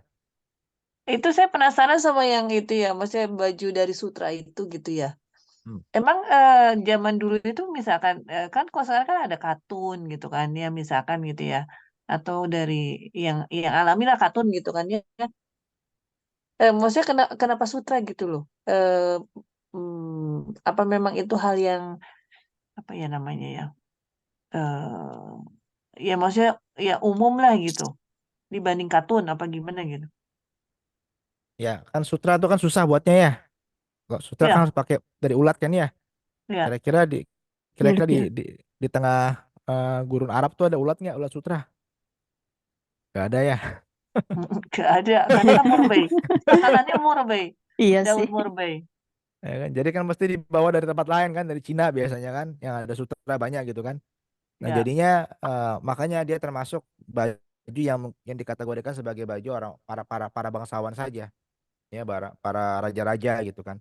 Jadi kalaupun ada itu pun dari para raja dan ini pun ketika Nabi SAW dapat ini, saya yakin sebagian besarnya bukan dirajut sendiri, tetapi memang dari gonimah, dari barang rampasan perang ya karena eh, rampasan perang itu min satu vali rasul dan seperlimanya itu untuk bagian Nabi SAW. Jadi ketika perang melawan siapa kaum Quraisy kalah itu suka ninggalin barang-barang berharga. Nggak tahu kenapa kalau orang Quraisy itu perang suka bawa barang-barangnya gitu. Ya. Akhirnya kalau kalah kan jadi barangnya diambil gitu kan. Ya, jadi kemungkinan besar semua ini adalah diambil dari ketika peperangan itu gitu. Jadi memang kenapa sutra ya kan sutra itu melambangkan kebesaran raja-raja seperti itu. Makanya sebetulnya sutra itu tidak diperbolehkan untuk kaum muslimin di sini bukan karena faktor kesehatan. Ada yang mencoba untuk melarikan ke kesehatan ya, saya tidak tahu juga. Tapi ya menurut saya ya sesuatu yang itu termasuk lambang yang apa ya kemegahan saja lah gitu. Jadi ada hal-hal yang seperti kenapa laki-laki tidak boleh pakai emas, kemudian perempuan boleh pakai emas gitu kan. Ya seperti itu juga karena perempuan itu cocok pakai emas, laki-laki nggak cocok pakai emas gitu kan. Ada yang melihat dari sisi apa molekul tubuh gitu. Kalau laki-laki itu nanti apa ada efeknya kepada darah, kalau perempuan tidak ada gitu. Nah, ini saya nggak tahu ya seperti itu. Tapi intinya ya apa namanya kalau sutra itu memang untuk kebesaran lah. Jadi kemegahan. Jadi dan orang muslim itu tidak di apa disarankan untuk bermegah-megahan ya kan. Makanya kita juga ada surat Al-Takasur tuh kan nggak boleh bermegah-megahan. Jadi nggak boleh kelihatan juga megah gitu. Ya, emangnya ada hal-hal yang kita boleh boleh kita tidak boleh menikmati di dunia tapi insya Allah menikmati di akhirat gitu ya. Jadi makanya kalau kata orang dunia itu kasijin lil mukmin ya, seperti penjara bagi orang-orang beriman. Kenapa penjara? Karena kita nggak boleh makan apa-apa gitu, nggak boleh nggak boleh makan babi gitu kan, nggak boleh minum arak gitu, nggak boleh pakai baju sutra, nggak boleh pakai yang laki-laki nggak boleh pakai emas gitu kan. Banyak lah larangannya gitu kan ya. Oh, sebetulnya dilarang juga nggak berpengaruh sama kehidupan kita sebetulnya karena hal-hal yang dilarang itu sebenarnya sifatnya sesuatu yang mewah semua kan. Jadi tidak berpengaruh juga gitu. Itulah jawaban yang saya ini karena saya juga apa coba-coba cari gitu kenapa nggak boleh sutra tapi tidak ada jawaban yang menurut saya katakanlah soheh lah. Semuanya ada jawaban yang ya seperti tadi sosiologi melihat kepada sosiologi kepada apa image gitu kan seperti itu Ya. ya. Pak Anggana mau tanya, Silakan Bu. eh, dari sekian apa pedang baginda Rasulullah itu, saya pernah apa berwisata religion di Turki di Museum Takapi itu ada salah satu apa pedang baginda Rasulullah. Tapi entah saya nggak lihat atau saya itu pedang yang salah satu yang namanya yang mana Pak? Oh, saya nggak tahu yang ada di situ dia yang mana. Jadi Oh, kalau gitu. misalnya ada namanya, Kirain Bapak, saya kirain saya Bapak juga tahu. belum pernah. Saya belum pernah ke Tokapi juga kan di Tokapi itu Oh banyak ya, banyak penjualan gitu kan. banyak Saya sekali juga benar. ya Ada sorban saya, baginda juga, bajunya ya juga gitu. Cuma karena kita tidak boleh mengambil foto, Pak. Jadi sama ya. polisinya harus jalan terus gitu. Jadinya nggak Saya sempat nggak tahu pengen. kalau kalau jujurnya emang nggak tahu belum pernah ke sana jadi belum pernah studi banding juga yang pedang yang mana gitu. Karena di situ Iya, memang saya tahu di Tokapi itu banyak banyak artefak-artefak ada juga sebagian dari apa benderanya Nabi baginda Nabi SAW yang dipakai dulu tapi itu bukan bendera aslinya gitu tapi itu bendera aslinya, Pak. yang ya jadi itu bendera bendera Utsmani yang ditempel jadi gini kan kain ya Bu ya kain Iya, 14 abad itu kan pasti koyak gitu ya. iya. Nah, boleh kayaknya Nabi itu kan mungkin ambil kain apa aja yang hitam gitu kan tulis namanya oh, Allah Rasul gitu kan. Ya, itu kain itu tuh sudah koyak sudah mau rusak gitu kan sudah ya udah tua gitu kan akhirnya kain itu sama tentara sama Khalifah Utsman tuh diambil gitu kan. Kemudian yang bendera-bendera yang sudah hancur itu yang jadi sisa-sisa itu ditempel ke bendera Utsmani sebetulnya. Dijahit di bagian Hmm, dalamnya. Jadi bukan apa sudah menyatu sama bendera Utsmani itu, potongan-potongan kain itu. Kenapa dibuat gitu sama tentara Utsmani untuk mendapatkan berkah? Karena ini bendera ini adalah kain zaman Rasul dulu. Bendera ini pakai Rasul. Jadi mereka pakai bendera itu ketika perang gitu. Kenapa? Supaya karena bendera aslinya sudah koyak-koyak kan. Jadi mereka masukkan gitu unsur-unsur itu sehingga ada apa tabaruk di situ mengharapkan berkah. Dan ini kebiasaan seperti itu. Para sahabat juga seperti itu. Ketika perang itu suka bawa benda-benda yang Nabi SAW pakai dulu. Seperti misalnya Khalid bin Walid ya, Sayyidina Khalid bin Walid, sahabat Nabi mendapat julukan pedang Allah yang terkunus. Itu juga dalam topi itu ada sehelai rambut baginda Nabi SAW. Masukin dalam sama dia di situ, taruh di paha kepalanya supaya dapat berkah kalau perang menang gitu ya. Sampai seperti itu. Jadi memang yang di sana sebagian ada yang mengatakan pedang itu betul, ada yang mengatakan tidak itu replika, wallahu alam. Ada yang seperti itu. Jadi ada simpang siur lah. Apakah bajunya masih baju asli, apakah rambutnya rambut asli, saya tidak tahu. Tapi memang ada yang orang yang berpendapat itu udah nggak asli lagi karena sudah terlalu lama gitu. Itu mungkin replika atau gimana gitu, tidak dicek keautentikannya. Tapi ada yang meyakini itu autentik gitu, ya.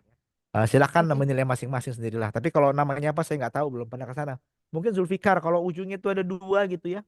Apa cucunya di ujung itu ada dua, itu mungkin Zulfikar. Tapi kayaknya Zulfikar itu terlalu terlalu terkenal. Mungkin ya terakhir itu diberikan kepada Sayyidina Ali Zulfikar itu. Ya. Hmm. Nanti kalau nonton film apa? Nonton film Umar itu ya. Itu Ali itu pegang Zulfikar tuh lagi duel itu kan. Ujungnya dua. Apa di ujungnya tuh ada dua kayak ini, kayak gigi gitu ya. Kayak ular gitu Pak, apa? Lidah ular gitu. Dua. Pokoknya dia dia dia kayak kalau pedang kan biasanya lurus aja ya. Dia kayak ada Iya. lekuk ke dalamnya gitu. Nah, jadi kayak bercabang dua gitu ujungnya. Iya ya Pak. Iya, iya. Ah, terus ini Pak, saya tuh kan suka apa sejarah ya.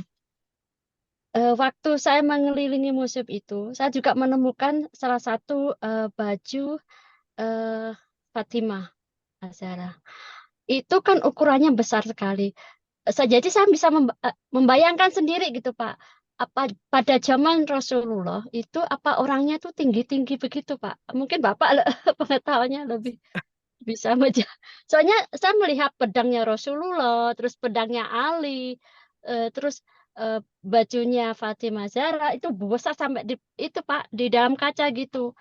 Berarti saya membayangkan waktu zamannya Baginda itu orangnya berarti tinggi-tinggi. Terus saya begitu lihat makam-makam beliau itu kan panjang-panjang Pak. Nah itu Mm. bagaimana Pak? Iya memang kalau kata orang memang orang-orang Arab zaman dulu tuh tinggi-tinggi ya berbanding dengan orang-orang Arab sekarang. Tapi memang orang Arab sekarang kan kalau kita lihat secara fisik juga lebih tinggi daripada kita kebanyakan kan 180 gitu kan, 190 gitu kan.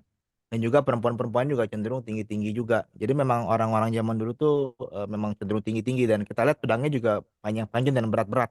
Tapi sebetulnya eh nah, kalau baju Fatimah lagi ya, i- i- pokoknya baju-baju itu kalau kita lihat sebenarnya gini ya.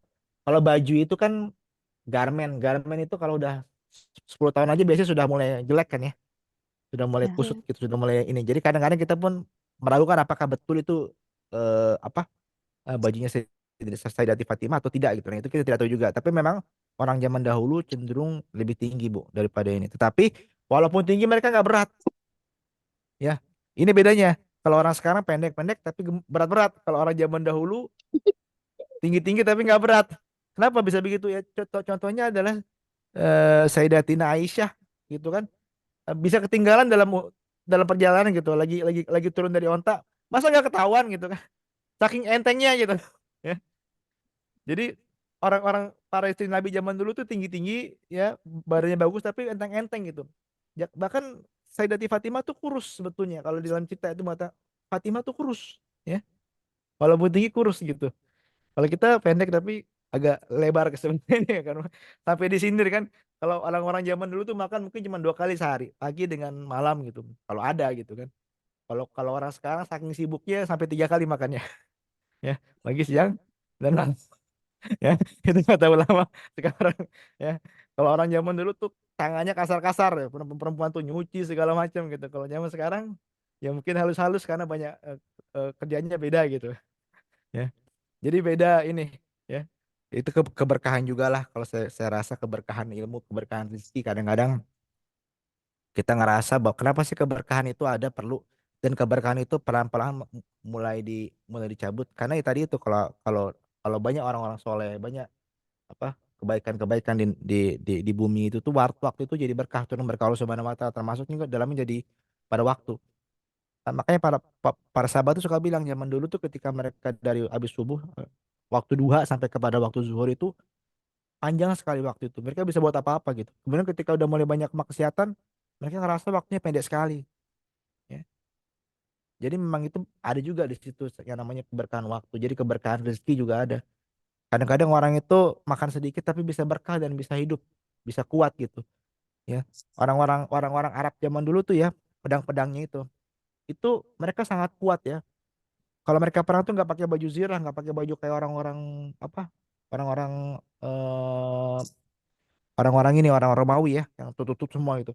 Tapi kalau mereka ya ketika zaman Salahuddin itu ya, pedang terkenal, pedang yang paling terkenal itu adalah pedang besinya besi Damaskus. Besi Damaskus itu saking kuatnya itu bisa bisa motong apa?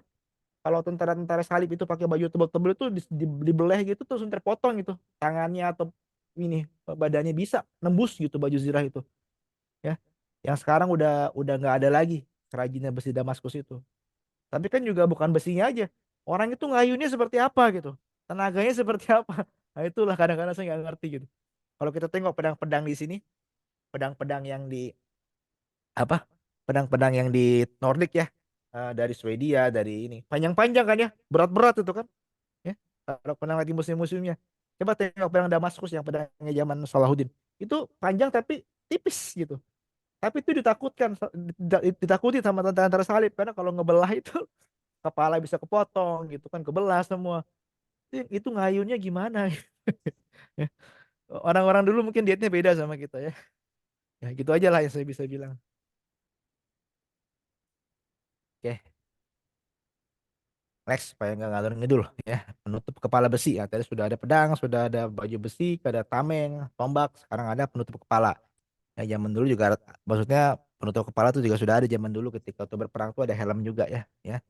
Dan Nabi juga memiliki eh, apa namanya penutup kepala besi juga gitu yang disebut al muwasyah as-sabuk az-zus as-sabuk. Dan ini juga salah nih kenapa pula masih ada ini salah. Ignore yang keterangan di bawah itu ya. Jadi penutup kepala besi Nabi SAW memiliki tiga.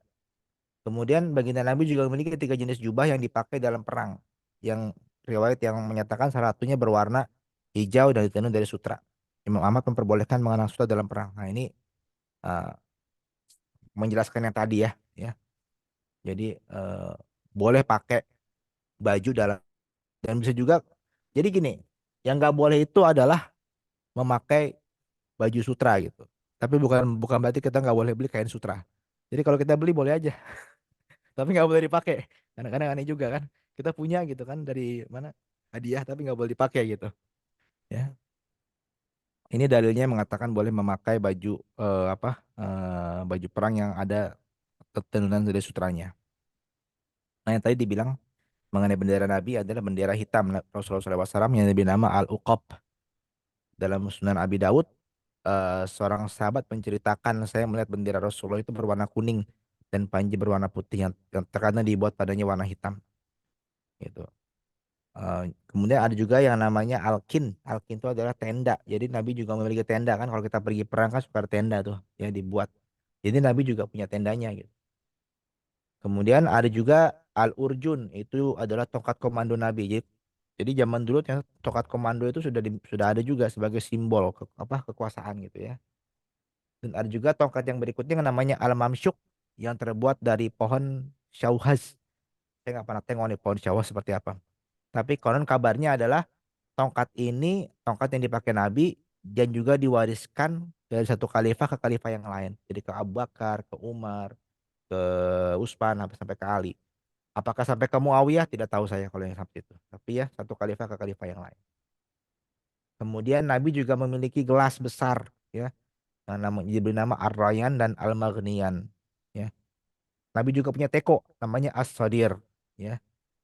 Um, Nabi memiliki bejana untuk wudhu dinamakan Taur ya. Jadi punya bejana besar yang terbuat dari batu tempat berwudhu ya, ngambil air segala macam gitu. Nah, Nabi juga punya sisir gading ya dia bernama Az-Zabel dan juga memiliki piring besar ya, memiliki empat telinga. Empat telinga tuh kan telinga tuh buat pegangan itulah. Jadi besar ada di empat empat sisi gitu namanya Al-Gharah ya. Dan masih banyak lagi barang-barang ya kalau mau tahu nanti bisa tengok dalam hadis dari kitabnya Al-Imam At-Tabrani ya dari riwayat Ibnu Abbas mengenai barang-barang baginda Nabi SAW yang kalau tertarik ya. Intinya adalah semua barang itu diberi nama supaya ada ke keterkaitan. Jadi kalau kita bilang misalnya as apa asadir at apa gitu, kita tahu itu kita menunjuk kepada barang itu gitu. Jadi nggak perlu lagi bilang ambilkan apa eh itu piring yang warna biru gitu kan panjang itu. Kalau Amirkan apa gitu, kita kasih nama Blue apa apa gitu kan, si si Budi gitu. Oh, Budi tuh piring itu udah tahu semuanya ya. Jadi nggak perlu nanya piring yang mana, yang warna apa gitu. Kalau zaman sekarang mungkin udah habis kali nama-nama ini. Kenapa? Karena kita banyak banget barangnya gitu. Ini mau dikasih nama, yang ini namanya apa? Mungkin ngapalin aja udah pakai apa? Dictionary tadi ya. Tapi saya sarankan lah kalau bisa dipakai nama biar agak sedikit ada variasi juga di dalam rumah gitu. Eh, nah sekarang masalah hewan. Nah kalau kalau barang mati dikasih nama, tentunya hewan juga dikasih nama ya. As-Sakep, ya, Nabi SAW punya kuda. Kuda pertama baginda Nabi dia bernama As-Sakep. Warnanya hitam kemerah-merahan dan jidatnya putih. Nah ini ciri-cirinya. Ya. Kemudian ada juga kuda kedua bernama Al-Murtajas. Kuda yang berwarna abu-abu dan pernah ditunggangi oleh Huzaimah bin Sabit. Jadi hati-hati kalau ngasih nama anak Murtajas ya itu nama kuda. Kuda Nabi tapi nggak apa-apa. Ya, tapi kuda juga sebetulnya. Ya, nggak apa-apa lah dibanding nama Duldul ya tuh. Ya, kalau Duldul kan bagol ya, semacam keledai. Kemudian ada lagi juga nama-nama kuda lain yaitu Al-Luhaif, Al-Lizaz, Az-Zarif, Sabah, dan Al-Ward. Nah, 6 kuda ini adalah nama kuda yang disepakati namanya oleh para ulama. Maksudnya disepakati adalah dari hadis-hadis semua, ya Nabi punya kuda ini, nama-namanya ini, paling tidak gitu. Apakah punya lebih? Punya mungkin, tapi yang disepakati keotentikannya adalah yang 6 ini. Ternyata baginda Nabi punya kuda banyak ya, gitu kan. Tapi masih punya punya kuda banyak, tapi kita bilang ngerasa kok sampai masih sempat-sempatnya menggadaikan baju perangnya gitu. Yang mananya adalah kuda itu jadi asetnya untuk berjihad fisabilillah sebetulnya gitu kan ya. Kuda itu barang yang sangat berharga yang digunakan untuk apa? Untuk berperang gitu kan. Nah, oleh karena itu nilainya lebih tinggi daripada mungkin baju baju peperangan sendiri gitu kan. Kemudian ada lagi namanya bernama bagol yang dia dihadiahkan oleh Raja Muqawqis, yaitu adalah yang diberi namanya Duldul ya. Kemudian juga ada lagi bagol yang lain ya semacam keledai yang diberi nama si Perak, hadiah dari Farwah Al-Juzami ya. Ada juga yang mengatakan ada beberapa lagi bagol lain-lain juga gitu.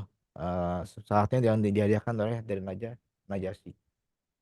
Nah, selain bagol ada juga bentuk keledai lain yang namanya keledai ya, jadi beda sama bagol kan. Ufair juga hadiah dari Muqawqis. Jadi dikasih bagol, dikasih keledai. Baik banget ini Raja Muqawqis ya.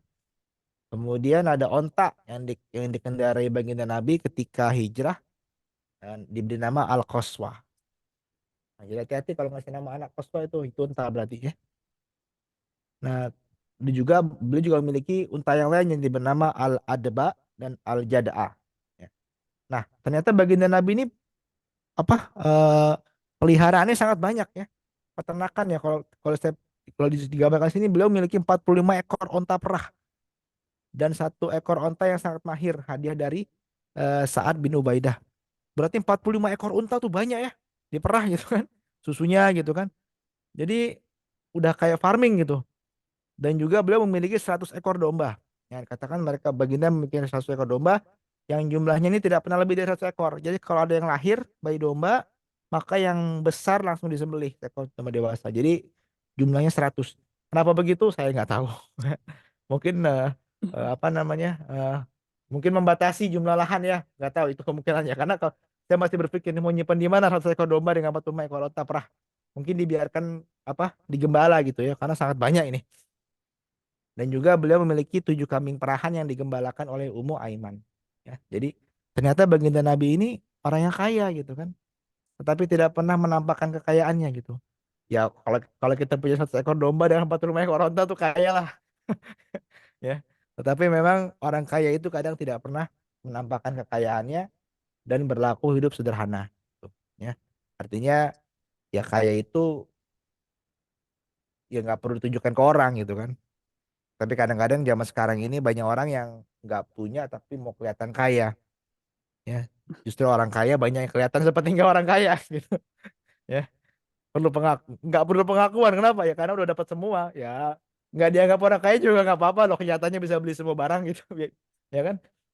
Karena karena jadi ada prinsip bahwa kita sebagai muslim ini nggak perlu dengar kata orang gitu kan. Kita kaya nggak kaya, pokoknya ya Ya esensinya adalah nggak usah dengerin kata orang gitu kan. Yang penting kita buat yang baik, kita punya rezeki dari Allah sudah cukup gitu. Tak perlu lagi harus kelihatan kayak apa seperti harus kelihatan mampu atau nggak mampu gitu depan orang, itu tidak, bukan sifat seorang mukmin yang baik. Wallahu a'lam bishawab. Itu aja lah yang bisa saya sampaikan untuk hari ini. Sudah habis. Ya qulu qouli hadza astaghfirullahaladzim li wa lakum wa laysa bismillah wa minal astaghfiru innahu wal ghafurur rahim. Silakan ada pertanyaan. Kami juga ternyata nih bicara masalah perabotan dan peperangan ini. Pak, tanya Pak, Silakan Bu. itu apa eh, hewan-hewan Baginda itu kan hadiah dari apa tadi Mukokis. Mukhoifis, Mukokis. Mukhoifis. Nah, Itu siapa Pak? Beliau itu siapa? nah, Mukhoifis itu. Mukokis ini adalah raja dari Mesir, ya, dari raja dari Mesir. Raja dari Mesir. Jadi saat itu baginda Nabi itu mengutus apa utusan-utusan kepada pemimpin-pemimpin berbagai macam wilayah. Ada ke Yaman, ada ke Mesir gitu kan, ada yang ke Persia, ada yang ke apa Syam, ke Romawi gitu ya, penguasa Romawi di negeri Syam saat itu. Intinya mengutus utusan messenger yang membawa surat dari baginda untuk mengajak para pemimpin ini, raja-raja ini masuk Islam. Ya, sebagian ada yang menerima, sebagian ada yang tidak menerima, ada yang merobek-robek surat baginda Nabi SAW ya, seperti yang dilakukan oleh penguasa Persia yaitu Kisra, dirobek-robek surat dari baginda itu kan, itu penghinaan. Kemudian Nabi SAW mendoakan agar Allah Subhanahu Wa Taala merobek-robek kerajaannya, dan memang kerajaan Persia hancur lebur, ditaklukkan oleh kaum muslimin di zaman Khalifah Umar bin Khattab. Kemudian juga salah satunya juga surat diutus ke Raja Mukawqis yang ada di Mesir. Saat itu Raja Mukawqis ini beragama Nasrani. Dia tidak menerima ajakan Nabi, tetapi dia menghormati sehingga dia memberikan baginda berbagai macam hadiah. Diberi hadiah apa unta, maaf, diberi hadiah bagol gitu kan. Diberi hadiah juga banyaklah hadiahnya, itu juga bahkan juga diberi hadiah budak ya yang bernama Maria Alkipti gitu. Nah, Maria ini budak apa dikatakan jadi budak baginda Nabi yang dari Maria Alkipti ya gelarnya. Kemudian dari Maria ini lahir anak Nabi Muhammad yang bernama Ibrahim. Tapi Ibrahim meninggal dunia saat masih kecil gitu ya. Jadi itu anak terakhir yang baginda SAW lahir. Jadi Mokokis ini memberikan Nabi Muhammad banyak hadiah gitu ya, tapi tidak masuk Islam. Berarti kalau bisa dibilang dari sekian banyak raja-raja yang menolak bekerja sama dengan Baginda Rasulullah, eh, itu salah satunya yang maksudnya yang beragama Nasrani cuma apa tadi siapa Mokokis Mukhafiz ini, ya, tapi raja ini tidak termasuk orang-orang yang apa didoakan Baginda untuk dihancurkan negaranya atau disobek-sobek tidak negaranya. Tidak tidak kan Pak? ya. Oh, Kan maksudnya kan kita dalam kerajaan itu kan kita kalau ada utusan kita mesti menghormati gitu. Ada pesan iya. kita hormati. Kita tolak ya nggak apa-apa gitu. Tapi kita menghormati itu kayak adabnya lah gitu dalam bernegara gitu kan. Jadi ketika itu banyak yang pemimpin Nasrani seperti Najasyi, seperti Mukawqis gitu. Bahkan pemimpin Romawi juga sama. Apa dari Romawi gitu ya. Itu juga sama gitu. Heraklius tuh saat itu tidak menerima gitu. Sebetulnya dia mau menerima, tapi dia takut kalau dia menerima nanti dia dibunuh sama anak-anak buahnya gitu. Karena murtad gitu dari agama Nasraninya. Ya, jadinya dia tidak eh, pemimpin ini mungkin sebenarnya tahu bahwa Islam itu betul, tapi karena mungkin ada kerisauan terjadi pergolakan di negaranya kalau masuk Islam, makanya mereka mengurungkan, tapi mereka memberikan baginda hadiah yang banyak sebagai penghormatan kepada Nabi Muhammad gitu ya. Nah, tapi kalau Persia ini memang unik lah, dia memang sombong gitu kan, angkuh gitu kan. Dirobek-robek akhirnya didoakan ya buruk juga, akhirnya hancur lah kerajaan. Memang pada akhirnya juga kerajaan-kerajaan seperti yang apa yang di Mesir juga ditaklukkan juga oleh Khalifah Umar bin Khattab gitu kan ya, tetapi maksudnya mungkin tidak tragis lah gitu akhirnya, sebagaimana akhirnya Kisra Persia itu yang sangat tragis gitu, ya. Oke silakan. Saya Pak, minta tolong penjelasannya tentang laki-laki yang tidak dibolehkan untuk memakai perhiasan, entah itu emas atau perak atau apapun. Hadisnya gimana Pak itu Pak? Memang dilarang laki-laki itu memakai emas ya. Pakai perak boleh. Jadi kalau Perhiasan pakai lainnya? ya ada beberapa, tapi yang paling ya kalau apa berlian gitu, berlian tidak ada masalah. Tapi apa iya laki-laki pakai berlian kan? Juga kayaknya. Biasanya kan emas kan Hukumnya ya. emas Jadi itu gimana Pak? Kenapa nggak boleh pakai emas Pak? Hukumnya gimana ya itu hadisnya? ya hukumnya ya haram, dilarang gitu, tidak boleh. Haram. Tidak boleh pakai emas itu. Jadi siapa yang memakainya di sini nanti tidak tidak akan memakainya di akhirat nanti gitu. Nah, seperti itulah. Tapi memang hukumnya haram. Ada yang juga melakukan pendekatan dari sisi apa biologis ya. Katanya kalau laki-laki itu ada nanti bisa kayak keracunan di darahnya, keracunan gitu. Ada unsur di emas itu yang bisa meracuni darah. Tapi unsurnya hanya ada pada laki-laki saja gitu, yang bereaksi pada darah laki-laki, kalau perempuan tidak. Ini saya tidak tahu ya. Tapi intinya ya hadisnya adalah Haram. dilarang memakai memakai emas tuh laki-laki, bentuk apapun juga, gelang, kalung, cincin ya. Nah ini masalahnya cincin perkawinan misalnya di zaman Ya, sekarang itu kan tanda pernikahan itu kan cincin perkawinan. Nah itu gimana Pak kayak gitu? ya saya dulu punya cincin gitu kan, karena disuruh sama orang tua gitu Pak pakai itu, apa buat mahar, habis nikah yang Ya nggak dipakai, pokoknya maharnya ada gitu, sudah nikah jual cincinnya. gitu ya Pak ya. Jadi ya maksudnya, jadi gini aja lah Bu, paling gampang. Kalau misalnya nggak susah, ya boleh pakai cincin boleh, tapi ganti aja cincinnya. Jangan emas, misalnya perak boleh gitu kan. Ya kan? Cincin perak Oke. boleh. Atau mau pakai cincin berlian juga boleh gitu. Hanya dilarang emas Asal kan? jangan emas gitu ya Pak. Iya, Oke. jangan emas. Tapi kadang ada orang Makasih. bilang, tapi emas ini kan simbol keabadian. Alah, masa kalau simbol keabadian itu adalah berlian tuh nggak akan putus-putus itu. Ya, Benar beli cincin yang sih. berlian semuanya gitu. Kalau mampu gitu kan. Ya. Terima Jadi kasih Pak. jadi Ya, jangan pakai emas ya, pakai perak ya. boleh. Terima kasih Pak. Ya. Oke.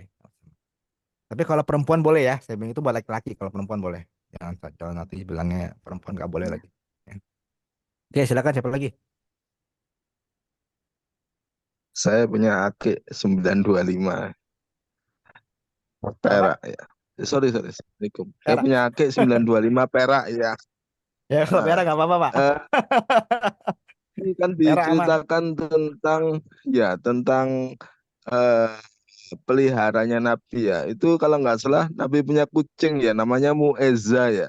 Sehingga Abu Hurairah atau bapaknya kucing itu kan artinya bapaknya kucing ya, kalau nggak salah ya. Itu Hmm. gimana, Ustaz? Ceritanya itu.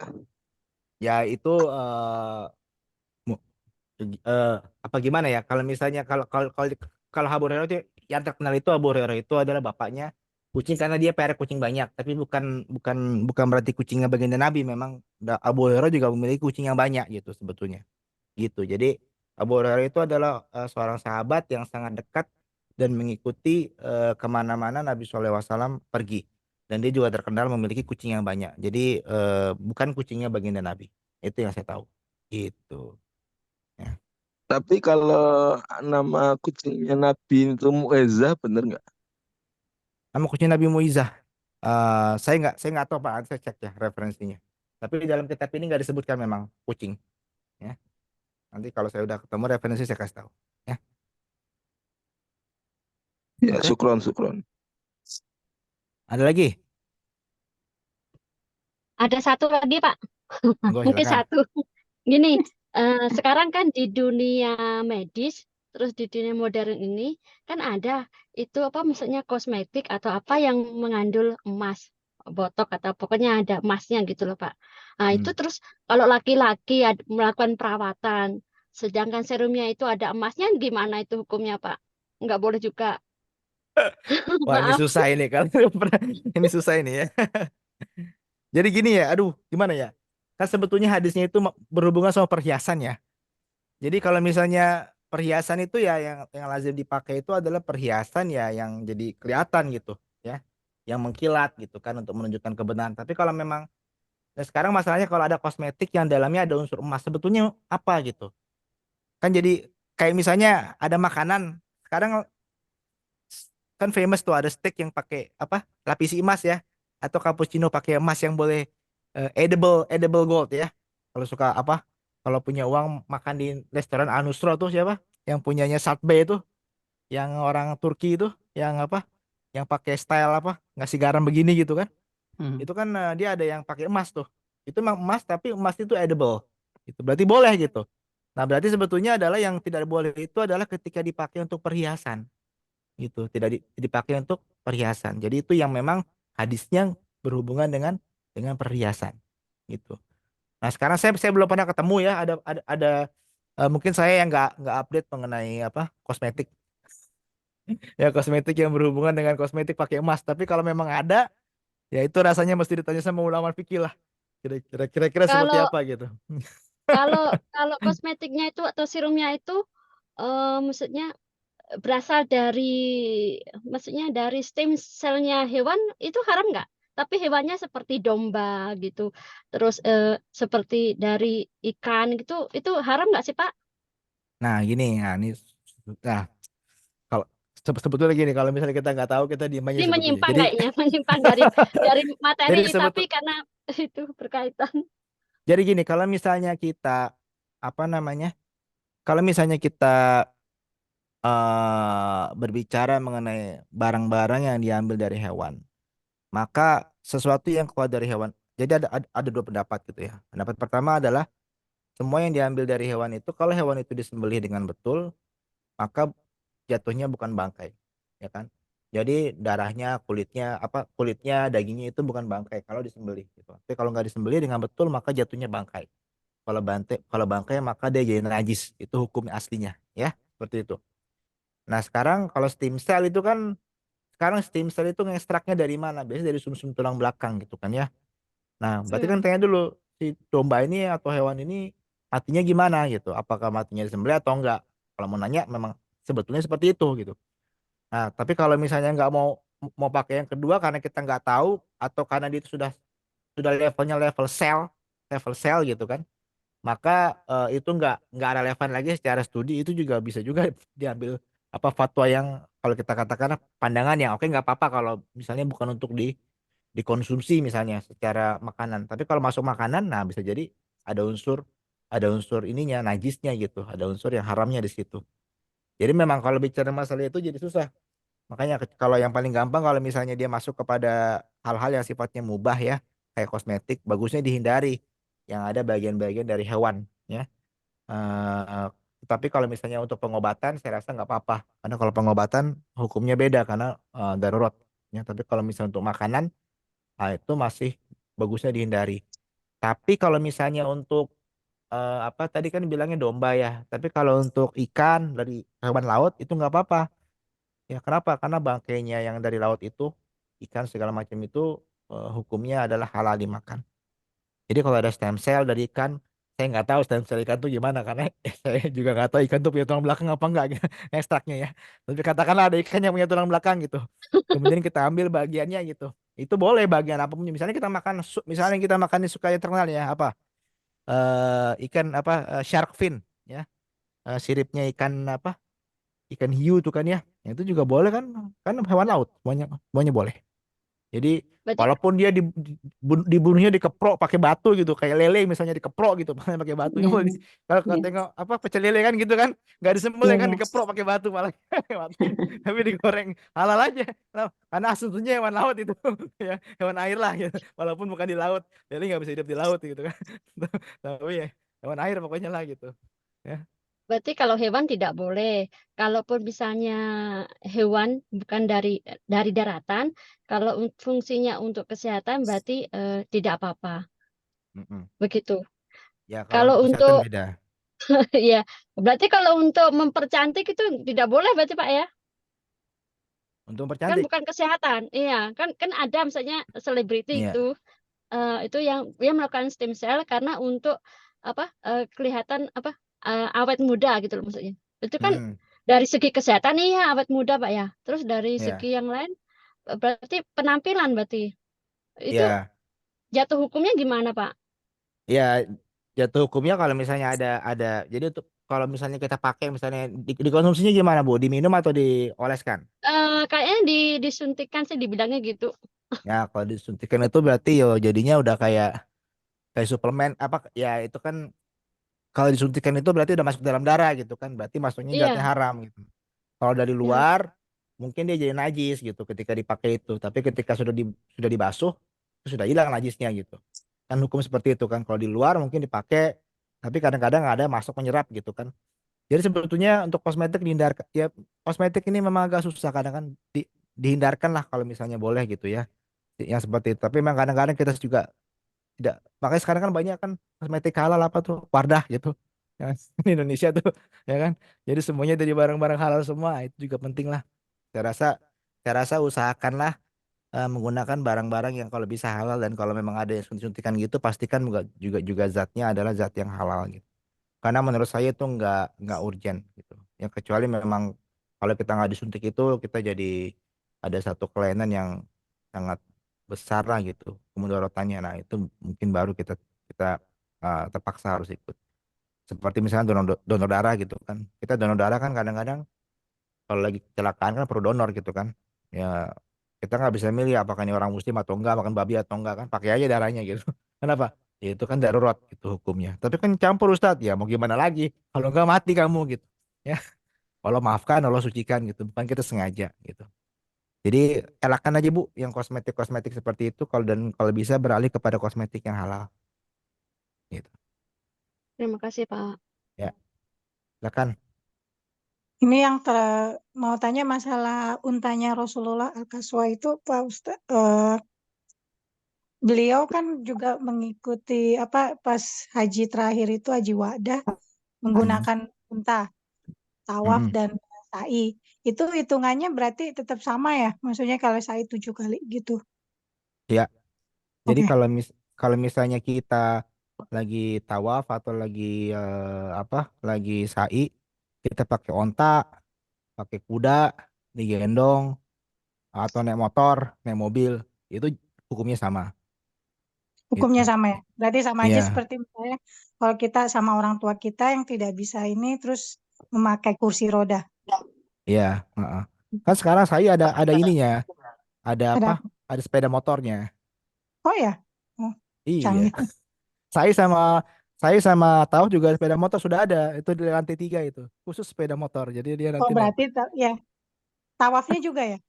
iya Oh jadi bisa tapi bisa berarti berombongan itu kayak mobil golf tuh, tahu kan tapi panjang gitu. iya. Sewa Ha. Ya, berapa ya, berapa ya. ratus real. Nanti seluruh keluarga numpuk situ aja udah kita muter aja gak ada yang ini. Labbaik Allahumma labbaik udah pokoknya muter aja gitu. Ya. Oke. Pokoknya muter aja. Nggak kerasa pokoknya nggak kerasa tawaf dah pokoknya udah selesai Oh gitu. tapi enakan dekat Hajar Aswadnya lari. Tapi Ya. nggak boleh ya dekat situ ya. Kalau dekat-dekat situ oke. Oh, Ya. oh nggak boleh Nek. Kalau kalau Nek itu nggak boleh di situ. Itu tempatnya di atas itu yang apa ada keteraturan dan ada traffic ya kalau di Oke. situ nggak bisa nggak boleh nanti disuruh karena memang nggak boleh turun dia ada lantainya kalau nggak salah Oke. jadi Ya. lantai-lantai khususnya gitu untuk itu jadi dan menurut saya sebenarnya opsi yang bagus sih cuma kadang ngantri juga karena apa kalau yang di bawah itu kadang suka ya itulah kadang-kadang saya takut malah banyak dosanya gitu kan. Kalau tawaf di bawah itu datang Penuh. mungkin pahalanya 50 gitu kan habis tawaf tiga tiga tinggal minus 50 gitu karena injek orang narik orang nabrak Ya orang Allah. marah-marah gitu jadi nggak jadi defisit ini makanya mendingan cari yang aman aja lah yang kita tawaf nafsi-nafsi gitu ya kalau mau yang aman paling ke atas lantai paling atas gitu kan jadi kita tawaf tuh nggak rame gitu nggak rame-rame tapi emang nggak bisa nyentuh hajar aswad oh udahlah nggak usah kadang nggak usah mimpi nyentuh hajar aswad lah itu udah luar biasa itu udah ininya saya rasa hampir nggak mungkin nggak nyentuh hajar aswad itu bisa nyentuh itu tanpa apa tanpa berdosa gitu sama orang ya kecuali Allah Subhanahu Wa Taala yang betul lapangkan jalannya rasanya nggak mungkin kalau ngeliat apalagi lagi musim haji ya aduh jangan lagi musim haji boleh ya Ya. Makasih. jadi kalau Ya. tawaf dan sa'i itu yang penting kita muter-muter kalau kita bisa terbang kayak Superman juga insya Allah syah juga ya Beneran karena kan yang penting badan itu bergerak gitu, nggak apa di bawah itu nggak masalah gitu. Siapa yang bawa atau gimana punya kekuatan supranatural itu nggak ini. Oke, ada lagi? Baik, kalau nggak ada nggak apa-apa. Nanti kita jumpa lagi minggu depan kan sudah masuk bulan Ramadan. Jadi gimana nih? Apakah mau diputus atau gimana? Dulu Ya, habis supaya jamnya bisa. mirip-mirip ya. Mirip-mirip Iya, maghrib Diliburkan, ya. karena Pak. kan buka puasa, Bu. Mhm. Iya, puasa apa itu waktunya juga mepet sekali. Maksudnya diliburkan, dikosongkan gitu maksudnya. Boleh aja nggak apa-apa, dikosongkan aja kalau saya rasa supaya bisa fokus beribadah lah. Tapi Iya. Iya, janjilah ya fokus itu beribadah maksudnya gitu. saya ya. Heeh. Ya. Waktunya kan mepet banget itu. Mm-mm. Ya, jadi Tapi janjilah fokus beribadah. diputuskan diliburkan dulu selama Ramadan ya, Pak. Betul. Kebetulan sama Ramadan nanti Ya, jumpa lagi setelah bulan Ramadan. Ya. Jadi Ya. ya.